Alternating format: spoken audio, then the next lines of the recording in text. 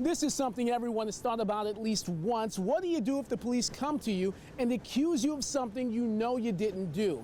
Then you find out they're confusing you with someone else. Well, it would be pretty easy to clear up, but only if they listen.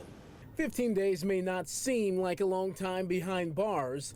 Just don't say that to the person who's been there but never committed a crime. Attorney Jim Harrington represents Marvin Seals, a man who was just awarded $3.5 million after being wrongfully jailed for 2 weeks in 2012. If the police did their basic job and ran any type of lien check on Marvin Seals, the identity of who Marvin Seals was would have been known immediately. Detroit police arrested Seals at his job in Warren, accusing him of being the gunman in a drive-by shooting from 2010. Problem was, they got the wrong guy. The actual suspect had used the name Marvin Seals as an alias. The real Seals pleaded with his jailers, and before that, the arresting officer to confirm his identity. While he's in cuffs, he tells the defendant officer, look at my wallet. Check my wallet. You'll see my ID.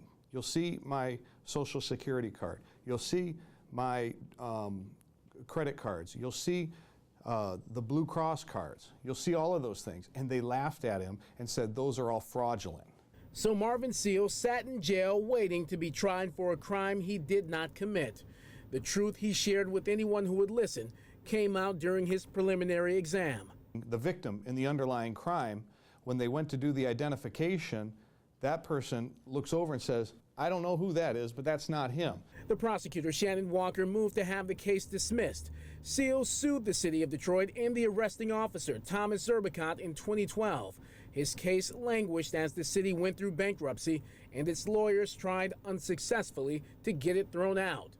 The case went to trial in late July, and the jury sided with Seals. Harrington recalled a pivotal and telling moment as he cross-examined a Detroit cop the defense called as a witness. He comes into court and tells the jury, well, we had the warrant, so we arrest the guy. And then I asked him, point blank, you can pull the right, point blank I asked him, lock him up and sort him out? Is that what you do? Lock him up and sort him out later? He said yes. Detroit's Corporation Counsel Lawrence Garcia tells Fox 2, quote, while we are not commenting on the verdict itself, the law department does plan to appeal the decision at trial on the behalf of the officer defendant.